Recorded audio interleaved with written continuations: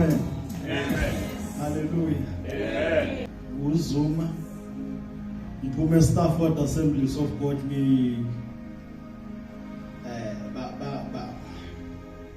bangikhetha khona bangenzi elder. Amen. Ngingekho. Yes.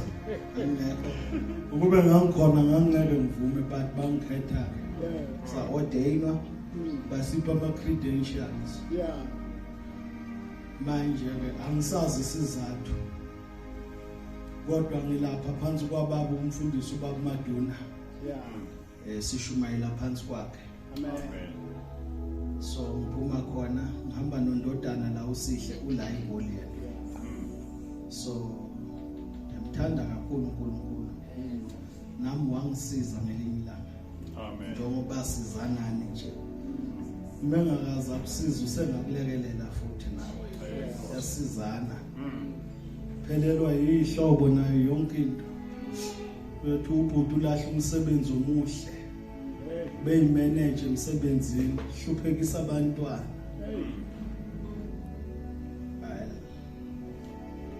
Ngcono ke makuwukuthi impilo engiyiphilayo ukuhlupheka kulungile. Bathi uhluphekisa abantwana. So sakhula ke lapho singu Caleb Zuma igama lami. Noma uhlangana nami. Manje ngiyambonga kakhulu uNkulunkulu nangethuba livezayo lokuthi sihlangane nabantwana bakhe. Yeah, i-sacrifice yenu nami ngiyayamukela at least 1:30. Amen. Kodwa akangisumuntu weinto eziningi. To one him will do. And I'm praying for that. Sengathi inkosi ngangisiza kakhulu. Siyabonga ithuba elivelile lokukhuluma phambi kwabazalwane. For a very long time bengumuntu wa behind the scenes. Bengithanda uhlala lapha nje ngasemnyango. Mayisiphumile inkonzo nami mathiwa amen. Bengisuke ngisegeyidini ngihamba. Kodwa ke somehow ngicine ngime la phambili. Yeah, manje uNkulunkulu has got a way yokudila nomuntu arrogant. Has got a way yokudila nomuntu one-attitude. Has got a way yokudila nomuntu oshy njengami. Ubopha kuhlalise phansi akwenzise lento afuna ukuyenza. Ukuthi ngoba uyabasaba abantu njani ngizokufaka kuba abantu ngizokwenza into ezokwenza ukuthi uhlale ebantwini. Yilokho ke ngime lapha kwena. Akukuningi. Uma ubheka ngaphandle ubheka isikhathi. Into esingayikhuluma e1. Hold on. Bambelela. Into esingakusho kuphela. Yeah. Zonke izinto ezikhona nezenzakalayo. Singacela nje ukuthi ubambelele. And ukubambelela kwakho kuyasilekelela kakhulu. Wenza nathi sibambelele. Yes. Wenza sibone ukuthi sibambelele. Nathi bakhona omisa abasithandayo. Basithanda. Oh ni holy la. Nathi bakhona omisa abasithandayo. Kodwa sibambelele. Yeah. Na imbuzo ke siyayikhiphe abantu abasha. Ukuthi uzwile kuthiwa ngiyashumayela kuthiwa how isihlahla ngithi yes. Masiqeda ukwenza lento esizoyenza ngizokushumayeza ngithini uzothini wena uzokwamukela into. Umbuzo ngoba umuntu ngekhathi usacabanga ngake ngizoqhubeka ngiyoshumayela. Yes. Manje ukubambelela kwakho ungahlehli kusiza thina. Ukuthi ngani nawe ubani uhleli ubambelela. uNkulunkulu uyamsiza konke. So nami namhlanje mhlawumbe mawungageja konke okunye ngicela ukuthi ukubambe ukuthi ngithe hold on. Yawe yenye noma ungayigeja. Ubaba uZwane uyazi ke sishumayela naye. Ngivula amavesi amaningi. Namhlanje ngimtshelile ukuthi why ngivula amavesi amaningi. ngenzela ukuthi uma ngigejile ngangashaya into right. Mawufika ekhaya ungathi awuzwanga lutho, ivesi lifundiwe bemaningi futhi. Yes. Thatheli one ke lelo. Yes. Ubaba Sakhele uthi ubese bheka lapha ku Exodus. Yes. Ngicela ukuhlehla. Ngizobheka ku Genesis. Amen. Yes. Ngicela uGenesis chapter 50. Bese uvula no Joshua chapter 4. uGenesis 50. Chapter 50 noma ungaqala ku 24 uyivale ekugcineni uyofika ugcina ku 26 amithi. Yes. Genesis chapter 50 uqale ku verse 24 bese uya ku Joshua chapter 4 ufunde ku verse 8 and 9 kuphela.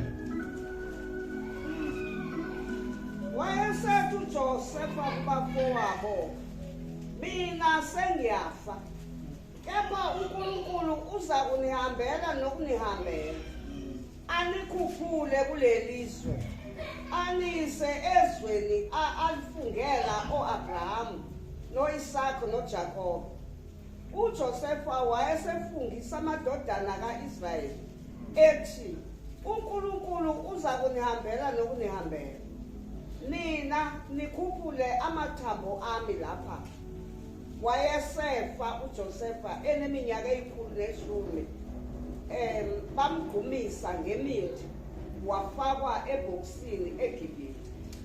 Uthi mase ngifile uNkulunkulu uzonikhumbula nise ezweni lesethembiso. Yeah. Ningawashiya amathamba ami.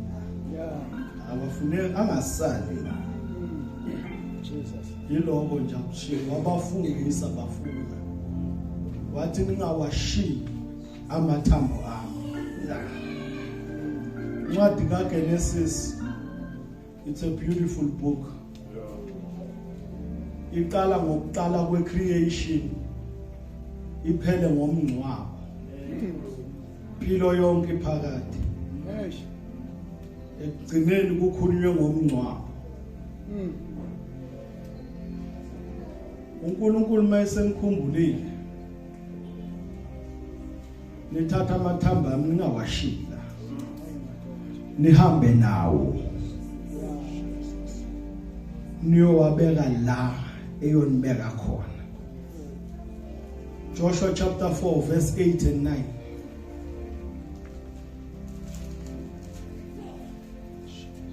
Verse 8. Abantwana bakwaIsrayeli benza-ke njengalokhu uJehova ebayalile. Bakhipha amatshe 12 phakathi kweJordani njengalokhu uJehova ekhulumile kuJoshua. Njengokomumo wezizwe zabantwana bakwaIsrayeli bawela nawo baya endaweni yokulala bawabeka khona. uJoshua wamisa amatshe 12 phakathi neJordani endaweni lapho izinyawo zabapristi abathwala umkhongolo zazimi khona akhona kuze kube namuhla. Ngiyabonga mama kakhulu. Ayizwakali kahle for a very long time. Hlale ngiyifunda. Mama ngicela ungifundele isihloko sakhona at least. Sizosiphi direction. uJoshua chapter 4 isihloko sithi amatshe ezikhumbuzo eGiligali naseJordani. Zonga isikhumbuzo noma izikhumbuzo. Ezikhumbuzo. Ezikhumbuzo. Yes. Awungaphi lamanje? Ayishu. Nambili. Yes. Ngicela ungifundele uverse 4 mhlambe kukhona azokusho. uJoshua wayesebiza lawo madoda 12 ayewakhethile kubantwana bakwaIsrayeli indoda inye ngesizwe. Qhubeka ma. uJoshua wathi kuwo welani phambi komphongolo kaJehova uNkulunkulu wenu niye phakathi kweJordani nechathe kube yilona lowo itshe ehlombe lakhe njengokomumo wezizwe zabantwana bakwaIsrayeli ukuba lokho kube isikhumbuzo phakathi kwenu kuze kuthi lapho abantwana benu bebuza ngesikhathi esizayo bethi ayini lawo matshekini na anothi kubo kungokuba amanzi aseJordani enqamuka phambi komphongolo wesivumelwano sikaJehova ekuweleni kwawo iJordani amanzi aseJordani anqamuka. Okay, mama ngiyabonga kakhulu. Isihloko sifundo umama nginalo neBhayibheli lithi amatshe ezikhumbuzo. Manje uma ngiyifunda yonke lencwadi ikhulume ngesikhumbuzo esiyi1 but each subject yakhona ithi amatshe ezikhumbuzo. Kusho ukuthi lezikhumbuzo kufanele zibe more than one. Now the question is awungakhi lamatshe siyayiyeka izikhumbuzo ngoba ziyasidida. Amatshe awungakhi awu babuzwane ngicela ungifundele uverse 8 and 9 kwelapho angazi lizothini lona. Verse 8. Yes. So the Israelites did as Joshua commanded. Yes. They took 12 stones from the middle of the Jordan. Yes. According to the number of the tribes of the Israelites. Yes. As the Lord had told Joshua. Yes. And they carried them. They carried them over with them to their camp. Yes. Where they put them down. Verse 9. Joshua set up the 12 stones that had been in the middle of the Jordan at the spot where the priest could carry the ark of the covenant had stood. And they are there to this day. Sithe ingakho amatshe. Kukhona translation la yesingisi uma iqala uverse 9 ithi also Joshua. Unayo leyo?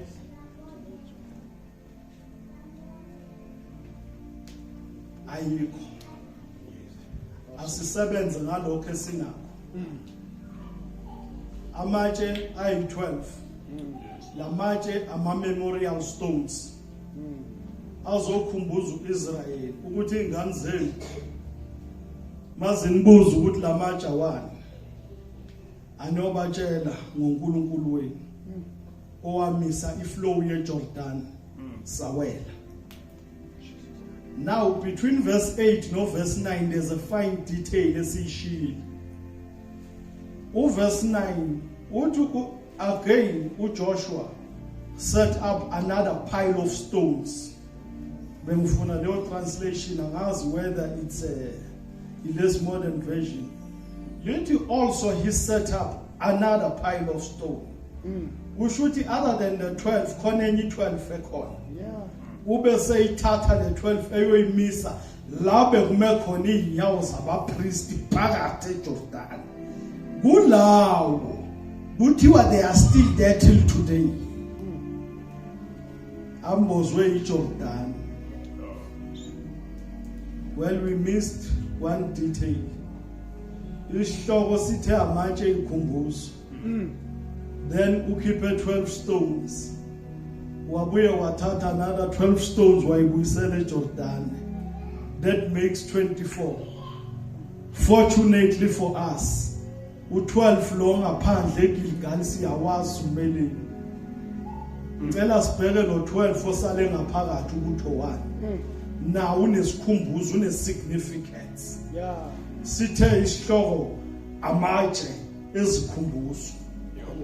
Joshua 24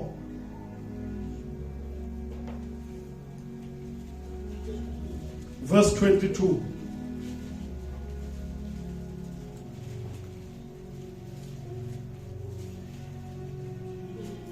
Verse 22. Amen. Wayesethi uJoshua kubantu nina susani ngofakazi benu bokuthi nisikhethele uJehova ukuba nimkhonze yena. Yes. Bathi singofakazi. Qhubeka futhi. Wathi susani manje onkulunkulu bezizwe abaphakathi kwenu. Yeah. Nithobele inhliziyo zenu uJehova uNkulunkulu kaIsrayeli. Yes. Abantu bathi kuJoshua, uJehova uNkulunkulu wethu siyakumkhonza silalele izwi lakhe. Jesus. Mama. uJoshua wayesenza isivumelwano nabantu ngalolo suku. Wabamisela isimiso nomthetho eShekemi. uJoshua waloba lawo mazwi encwadini yomthetho kaNkulunkulu. Wathatha itshe elikhulu walimisa lapho phansi kwe-oki elingasendlini engcwele kaJehova. Yes. Yehla futhi na.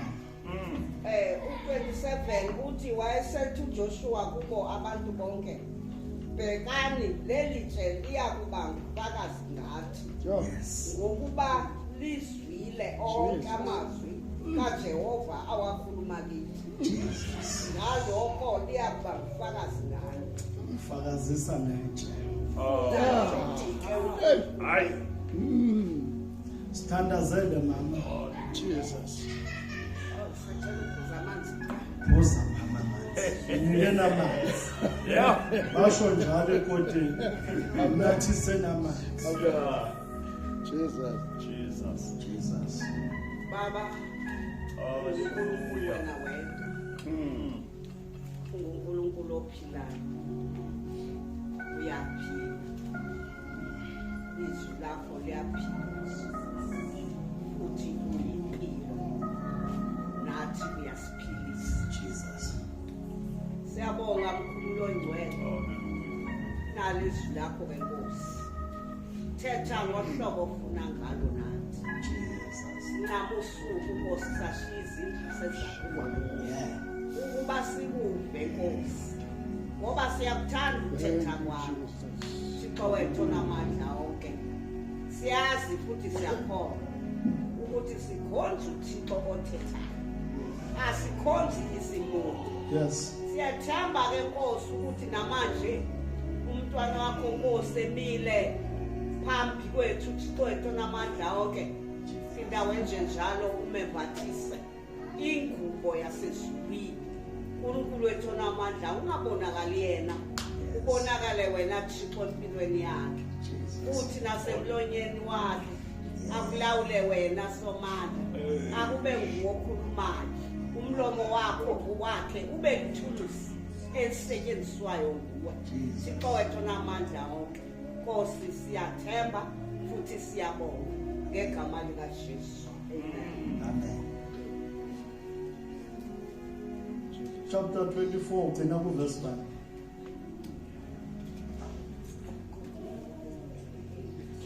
Verse ngicela ufunde u32.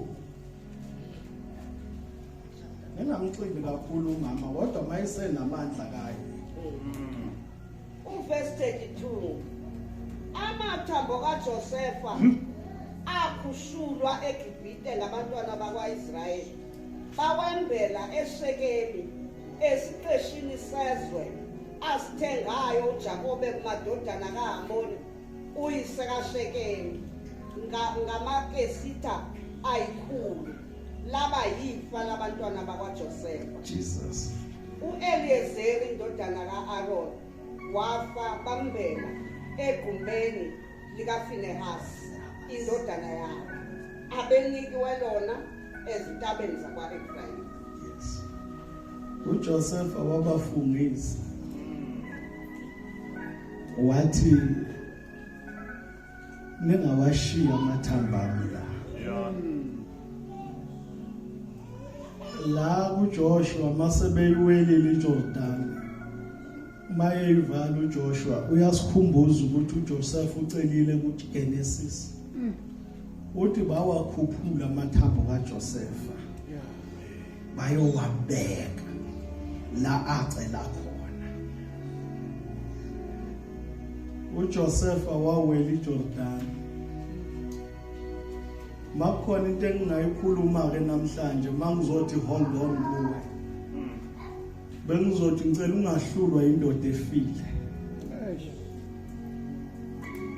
Yafika kwi promised land. Ungahlulwa indoda efile. Ungahlulwa indoda efile. Indoda efile ifikile kwi promised land. Ungahlulwa indoda efile. Ungakhohlwa ukuthi sibuka amatshe ezikhumbuzo. Kune 12 ekhishiwe. Yabekwa ngale. Enye 12 ithathiwe yabuyiselwa ngaphakathi. Manje le 12 asiyithola ukuthi iyini le ngaphakathi. Umuntu okwazi ukuyichaza uPaul. Ubhalela ibandla laseKorinte. Incwadi yokuqala wavula chapter 10. Mvulele babumzwana. Chapter 10, first book of Corinthians. Ungifundele khona. Sizobheka lamatshe esikhumbuza amabili. Kunezinto asikhumbuza zona wasawona njengalawe esikhumbuza uJehova omisa iJordan phakathi. Iflow yastopha bakwazi ukuwela. Izizukulwane zemhla ibuza anoyitshela ukuthi lamatshe asikhumbuza uNkulunkulu ovula iJordan sawe. Sicela sibheke lawa 12 babumzwana. Verse 1 uzoyigcina ku11 iyafundeka tata. For I do not want you to be ignorant of these things. of the fact, Angifuni ningakwazi lokho. brothers and sisters, Yeah. that our ancestors Okhokho bethu were all under the cloud, njo and that they all passed through the sea. bonke baphuma eGibhithe bahamba phansi kwenkazimulo kaJehova. They passed qhubeka babuzwana. They were all baptized into Moses in the cloud and in the sea. Njengoba kwenziwa nje Paul Park kuthiwa siyofaka abantu emanzini bonke badlula kuleyo process. Yes. They all ate the same spiritual food and drank the same spiritual drink. Le esiyidlayo nathi shephulani nidle lokhu kuumzimba wami osheshulelwe nina. Badla lokho baphuza the same spiritual drink. Okay? For they drank from the spiritual rock. Bafana nathi labantu man. Baphuze nanti idwala sizolizwa namhlanje into eyabulalisa uMose. They drank from the spiritual rock that accompanied them. And that rock was Christ. Kwakungafanele shaya uNkulunkulu kuphela owayenesandla sokubeka uJesu isandla. uMose washaya idwala. That rock was Christ. Oh, cela ukulungisa izingisi abantu banamhlanje bafundile. That rock is Christ. Nevertheless, Now, God was not pleased with most of them. Nevertheless, uNkulunkulu bengajabulile ngabo. Sikhona sonke. Sithi sikwesonto sikamoya. Siphuzi wayini elilodwa liwugazi kaJesu. Siphuza dwalene luJesu sonke. Sibhabhadisiwe sonke. Sabhabhadiswa ngamandla kaMoya Oyingcwele. But God was not pleased with some of them. Beson begade besele esivana izolo. But God was not pleased. Okay. Asiqhubeke babuzwana. Their bodies were scattered in the wilderness. Imizimba yabo iphelele ehlane. Abafika ngezweni lesethembiso. Ungakhohlwa uJoseph ufikile. Okay? Yeah. Now, these things occurred as examples to keep us from setting our hearts on evil things. Lezinto senzelwe ukuba yimzekeliso ukuthi zingigcine. Ngithe ubungcwele bakho busiza mina. Yeah. Mawubambelela ngiyasizakala ngiyabona ukuthi lezi zinto zibekelwe ukuthi bonani benze njani. Yeah. Okay. Hey, Qhubeka bamzwana. do not be idolaters. Yekani ukukhonza iThixo.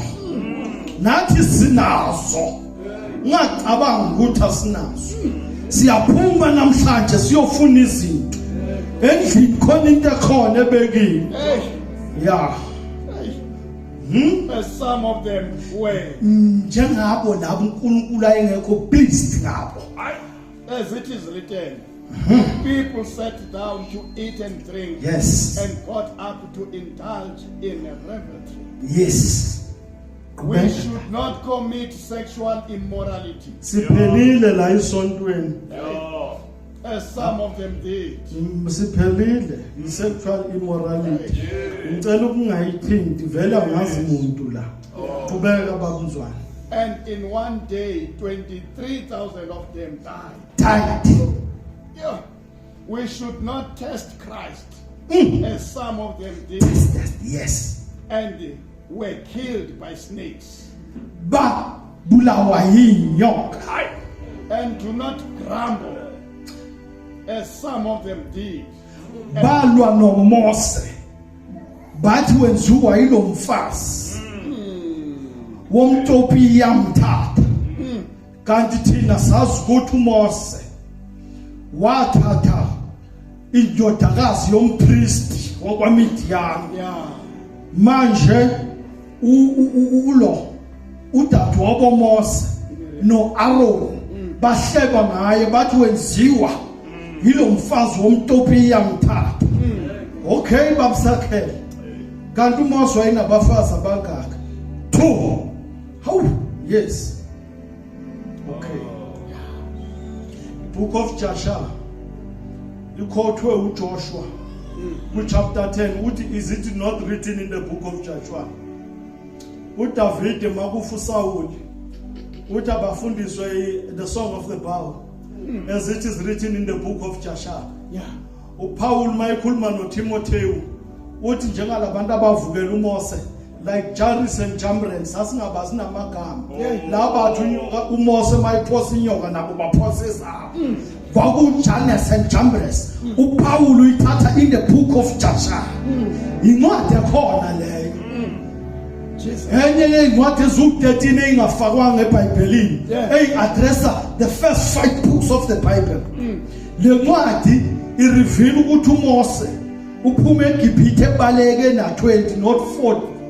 Waya eEthiopia mayefike eEthiopia njoba idlala abelungu bethi Christianity yabe ifike nabelungu dlala abantu waya eEthiopia eAfrica mayefika inkosi yakhona yafa kanti wayeseyiphathi yempuphu yempi, and that is chapter 78 in the book of Joshua. Ithi bamthatha bamenza inkosi bamnika unkosikazi wenkosi akazange amthinte. Yeah. Kodwa wake waba nomunye unkosikazi. Njengoba abantu begrambilisha qhubeka bamzana ngiyaxolisa ukuphuma esihlokweni. And they were killed. Okay, and verse 10, and do not grumble as some of them did. Yes. They were killed by the destroying angel. Yeah. Verse 11, these things happened to them as examples and were written down as warnings for us, on whom the culmination of the ages has come. Fundo 13 khona bengeza uphinde bamfunde makushoniwe. No temptation Yes. has overtaken you except what is common to mankind. Yes. And God is faithful. He will not let you be tempted beyond what you can bear. 10 chapters verses wonke ukhuluma ngokona nesono. Good 13 usethi no temptation. Awulingwanga ngaphezulu kwamandla. Alisho ukuthi ushonelwe wafelwa isilingo cha. Ishisilingo lesi temptation of the sea. Ngaphinde ulifunde esililweni. Akusile lesifa. Uthi njengoba uthandwa umise esikolweni njengami nje. Awulingwanga ngokungaphezulu kwamandla. Phathi kanganga ukulingwa uNkulunkulu gives you the way of escape. Lesitho ongayifuni e-aeroplane nase-taxini, i-back seat is the way of escape. La ngemuva babhala emergency exit. Makukhona okwenzakalayo phuma ngakhona. uNkulunkulu sinika the way of escape. No temptation has overtaken you. Uyibhalile izehlo wathi abanye babe complain bethi sifuna inyama. Abantu ungrateful, abakhohlakele. uNkulunkulu bakhipha nemfuyo eGibhithe kodwa bafuna kuyinyama. Namhlanje siyasebenza but it's not enough. Ungathi ungathatha khona la emsebenzini sifuna inyama bahamba nayo. Azange basho ukuthi bafuna impahla nezicathulo, azange igugu. Bamemva kwemiracle, bame phambi kwayo ukuba bayifuna inyama bayidinga manje. Ukuba bayifuna amanzi bebeyohamba 40 years and 40 years bengawadinganga amanzi. But ngoba base they are ever complaining, ubanqobela impi bayakhuluma emva kwalokho uthethela inyoko ukuthi sibalume zabahla. Uthi uNkulunkulu kuNumbers chapter 21 ubala zonke lezehlo uPaul. KuNumbers 21 uthi Moses misinyoka yethusi yothi wonke oyibhekayo asinde futhi ongayibhekanga kuyo baqhubeka bafa. Inyoka yethusi sikhona. uJesu ikhalele yena wathi njengoba uMose amisa inyoka ehlala kanjalo nani bekufanele niphakamise indodana yomuntu. Siyayiphakamisa kubuye ithemba. Uthi abanye badliwa zinyoka. Ukuba bengishumayela kahle ngokudliwa zinyoka bengizothi how to deal with snake bites. Well, ngithola indlela eziyi3 eBhayibhelini. Eyokuqala kuthiwe ngiyobheka ubutha phakathi kwenzalo yakho nenzalo yowesifazane. Sasingazi nokuthi owesifazane nenzalo besazi ukuthi uyabazali. Inzalo ibingapha kithi. But little did we know ukuthi khona owesifazane uyothola ingane ngaphandle kwendoda. Yingakho ke ebhalwe nakwi-genealogy. I-genealogy kaJesu inabantu besifazane abathathu. Labo bantu besifazane amadoda kusiba abantu besifazane. Umuntu wesifazane obizwe emlandweni uyindoda. Umkabayi kaJama yindoda. Jesus. How to deal with snake bites? Lapho bathe uzoyinyathela ikhanda nayoshaya isithende. That's how you deal with the snake bites. uPaul balinyalelwa isikepe mayefaka lapha emlilweni ubring and share. Njoba wena ushintsha local uthi kuyabanda. uPaul mayezwa amakhaza wahamba olanda inkulu waseluleni. Azange ashintshe when wenzeni wasn't when phethe usuphuma nje. Wafika uPaul wabasa. Yaphuma inyoka. Yathandela kuye. How to deal with snake bites. Ubasumleni. Uyithula lemlilweni. Kodwa le ngiyithandayo yile uPaul akhuluma ngayo. Mazinluma anobheka inyoka yethusi niyophila. That's another way to deal with snake bites. Awushiyi isonto ngoba behleba. Ubheka inyoka yethusi uzophila. Hallelujah. Hallelujah. Thank you, Jesus. God was not pleased with them. Bafa bafele hlana.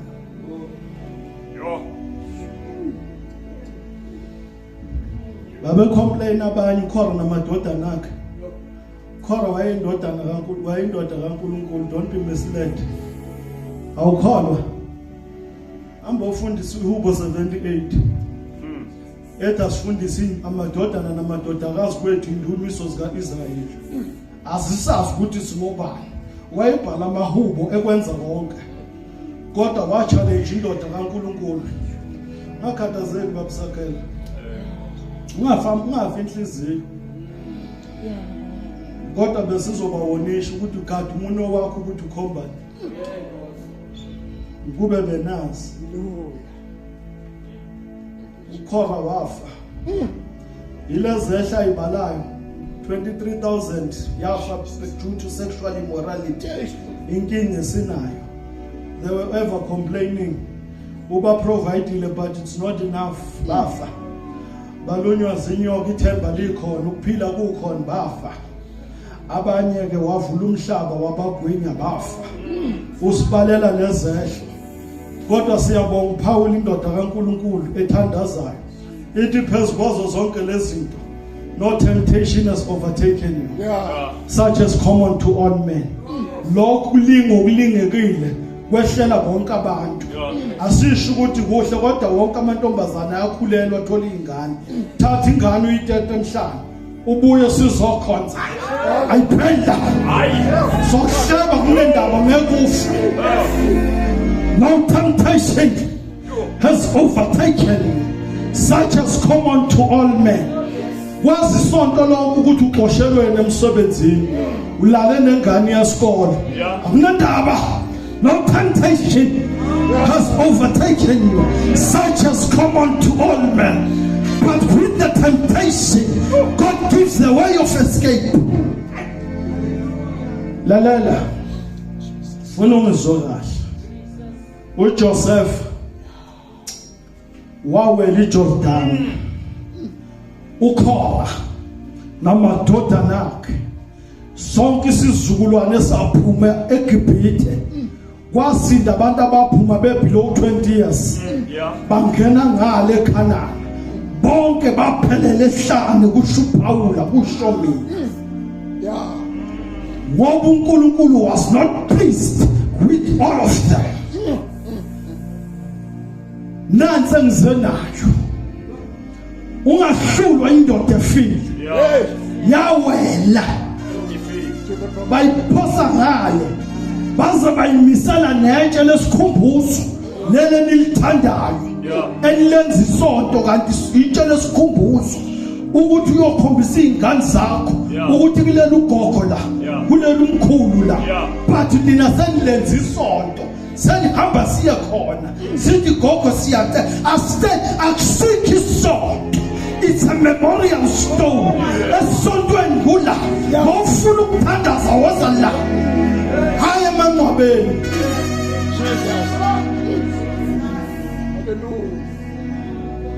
Jesus. Okay. 2-1. Jesus. No temptation has overtaken you. Ungahlulwa indoda efile. Ufuna uhambe uyobatshela ukuthi tshele nabanye asebehleli ukuthi ungahlulwa indoda efile. Hallelujah. Ifikile. Thina asikwasiphelele ehlane ungahlulwa indoda efile. uJoshua ubeka amatshe esikhumbuzo sengihlala phansi awu12 akhumbuza izizukulwane ukuthi uNkulunkulu umise iJordan akayivulanga phakathi ulwandle oluvulwa phakathi umfula uflow one direction umisi flow wathi abadlule futhi ngithanda indlela ayimise ngayo iflow ayifani nendlela emiswa ngayo yabona uMose uphakamisa induku kulaba kuthiwe as soon as inyawo zabapriest zithintana namanzi. Hallelujah. Njengoba wena ulinda ukuthi ivuleke ngeke ivuleke. Muva yakashona phambili.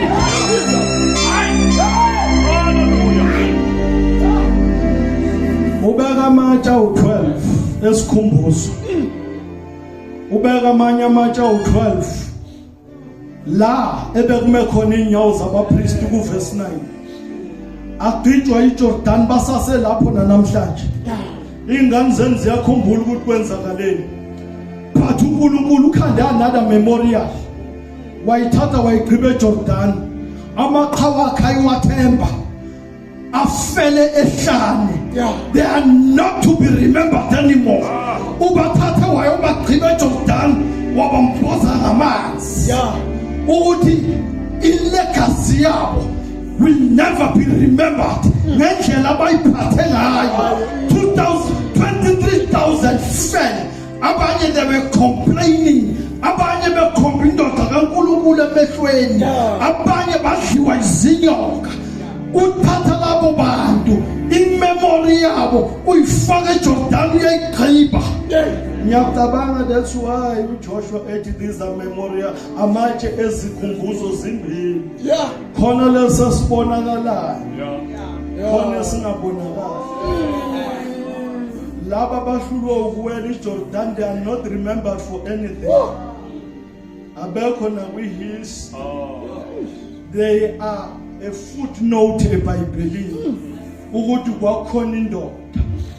Jesus. Ngahlulwa indoda efile. Iwelile. Yahamba yayobekwa lapha ya. Praise the Lord.